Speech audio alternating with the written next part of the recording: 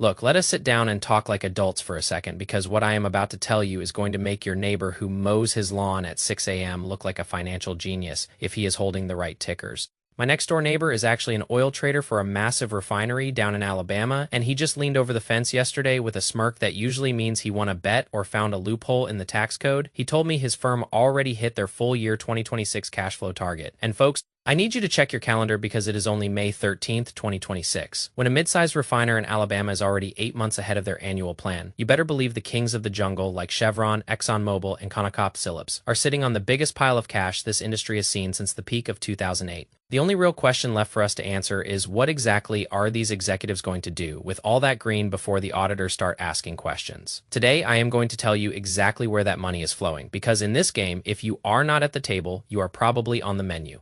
Brent crude is sitting comfortably over $100 a barrel, and if you look at the geopolitical map, it is probably heading toward the moon. The Strait of Hormuz is half shut or fully shut depending on which Telegram channel you follow and who you ask on which day of the week. Iran and the US are nowhere close to an agreement, and American oil companies are quite literally printing money while the rest of the world is arguing about carbon footprints. I want to show you two sleepy, boring, almost invisible stocks that are likely to get bought out for a 30 to 50% premium before the ball drops on New Year's Eve. The big oil majors are hungry, and they will almost certainly pull the trigger on these acquisitions before this year is over. Be sure to subscribe to the channel right now because when the market is this volatile and this profitable, you need to be taking advantage of every single opportunity to grow that pile of yours. Let us dive into the hard math on Chevron because numbers do not have feelings and they do not lie. Their production is up a staggering 15% year over year, and their US refineries hit record throughput back in March when everyone else was complaining about inflation. ExxonMobil is currently on pace for over $40 billion in free cash flow this year. Alone, Conoco is looking at another 15 to 20 billion in the bank. That is conservatively $80 to $100 billion of excess cash piling up on the balance sheets of these three companies. In a single 12-month cycle, Wall Street analysts are screaming for buybacks and retail shareholders are begging for higher dividends so they can pay for their overpriced lattes. But that is not what oil executives actually do when they are holding a war chest of this magnitude. You do not grow a $100 billion oil empire with just buybacks. You do it with acquisitions, specifically vertically integrated ones that make your competitors look like they are playing checkers while you are playing 4D chess. It makes life simpler for the board, and it generates a hell of a lot more profit. For the long term, you buy the pipelines, you buy the gathering systems, you buy the processing plants, and you buy the export terminals. You want to own every single inch of the pipe that connects a muddy well in West Texas to a refinery on the Gulf Coast and eventually to a massive tanker heading to Asia. Exxon already swallowed Pioneer and Chevron already grabbed Hess. That upstream consolidation is mostly in the rearview mirror. Now, what is left is the midstream plumbing, the stuff nobody talks about at dinner parties because it is not sexy. There is one sleepy mid-cap pipeline name sitting right slap in the middle of Chevron's biggest production region in the Permian. This company spent the last 6 months quietly reshaping itself into the cleanest, most attractive acquisition target in the entire energy sector. The company is Plains All-American Pipeline, and the ticker is PAA at roughly $22 a share today. Plains is worth around $15.4 billion. To put that in perspective, that is less than 1/20th the size of Chevron. It also pays a massive 7% dividend. So even if no one buys it, it is a total cash cow for your portfolio. Plains moves over 7 million barrels of crude oil and natural gas liquids every single day. They own the largest crude oil gathering and pipeline network in the entire Permian Basin. This is the same Permian Basin where Chevron is the second largest producer behind only the new Exxon Pioneer combination. Here's what makes PAA such an obvious screaming target right now. For the last 6 months, Plains has been quietly cleaning out the garage and getting ready for a sale. Just yesterday, on May 12th, they officially closed the sale of their Canadian NGL business to Keyera for $5.3 billion in cold hard cash. They also recently bought 100% of the EPIC crude pipeline system for $1.3 billion. So as of today, May 13th, Plains is a pure-play Permian crude oil midstream company with billions in fresh cash sitting on the balance sheet. Maybe this is all a huge cosmic coincidence, but to me, this looks like a company putting on its best suit for a buyer. There is exactly one logical buyer here, and that is Chevron. Chevron pays Plains tens of millions of dollars in pipeline tariffs every single year just to move their own oil out of the Permian. That is every barrel, every single day, year after year. It is like a toll booth sitting on the neck of the largest oil major in America. If Chevron buys Plains, those tolls disappear instantly. They pick up dedicated pipeline capacity for decades to come. They get an export terminal in Corpus Christi that lets them ship straight to buyers in India and South Korea. Those are the international buyers who are actually paying the premium prices for American sweet crude. The math is staggering when you actually write it down on a napkin. At a 35% premium to today, S price, Chevron could acquire every single share of Plains for under $21 billion.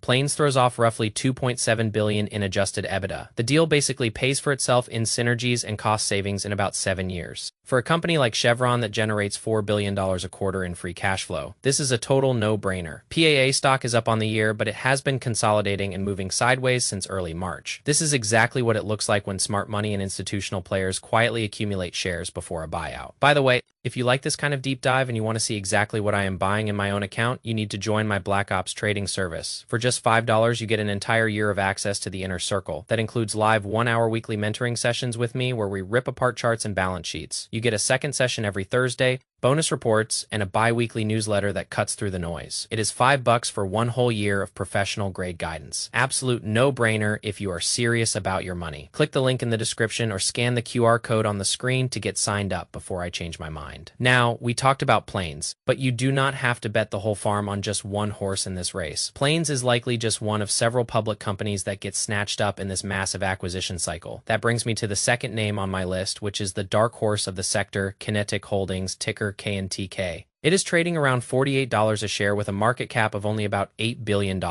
This is less than half the size of Plains, and it is tiny by big oil standards. KNTK owns gathering systems and processing plants in the Delaware Basin. That is the most prolific subbasin of the entire Permian. Their assets are literally adjacent to Chevron's most productive acreage in West Texas and New Mexico. A buyout here would be absolute pocket change for a giant like Chevron, but it would lock in midstream takeaway for some of the highest margin barrels in the entire U.S. oil patch. Wells Fargo upgraded KNTK to overweight back in March. Truist initiated coverage at a buy, and the smart money is definitely starting to pay attention. KNTK just issued 2026 EBITDA guidance of nearly $1 billion. That is an enormous amount of cash flow for an $8 billion company. It is an absolute no-brainer bolt-on acquisition that adds immediate value to the bottom line. Big Oil is sitting on a generational pile of cash, and the best way to figure out what they are going to do is to follow the money. If a CEO wants a raise, it has to be voted on by the board and the shareholders. But almost all of them have performance-based bonuses tied directly to the stock price performance. They are financially incentivized to see that ticker go up by any means necessary. Dividends do not make a stock go up. They technically make it go down because you are taking money out of the corporate treasury and giving it away. They could do buybacks,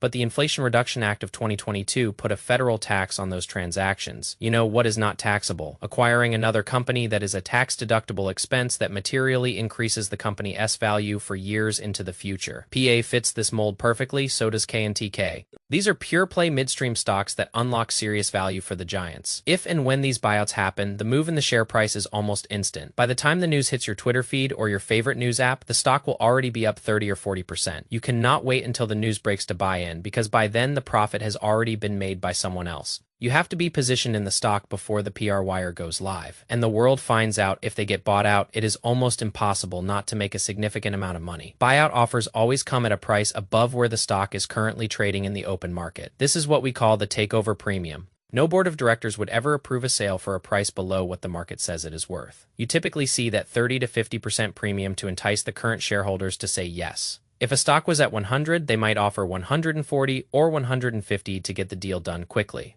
The next morning, the stock gaps up to that price and sits there until the lawyers finish the paperwork. Which of these two is the better bet for your hard-earned cash? Personally, I like PAA a little better right now because it is the cleanest setup. After yesterday's $5 billion sale, they are lean and ready to be integrated. It is cheap, it is profitable, and it is strategically necessary for anyone drilling in the Permian.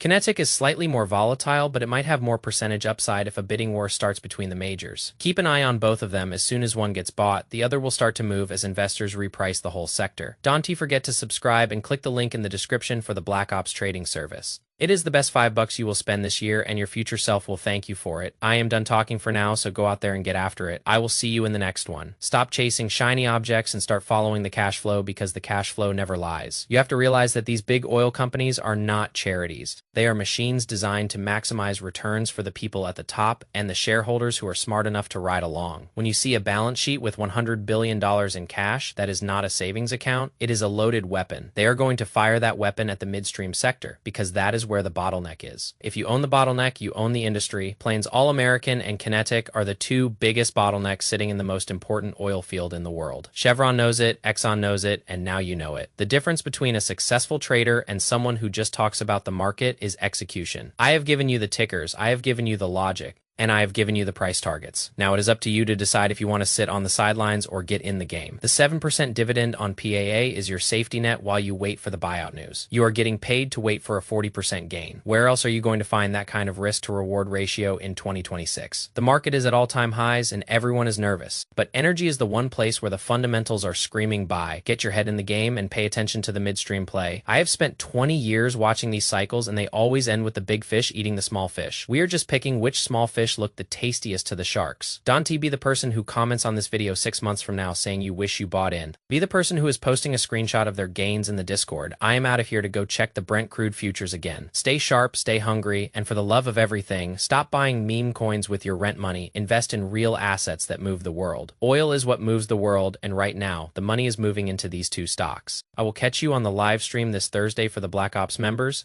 Until then, keep your stop losses tight and your eyes on the prize. The wealth transfer is happening right in front of us, and I am not planning on missing a single dime of it. See you in the next video, and let us get this bread.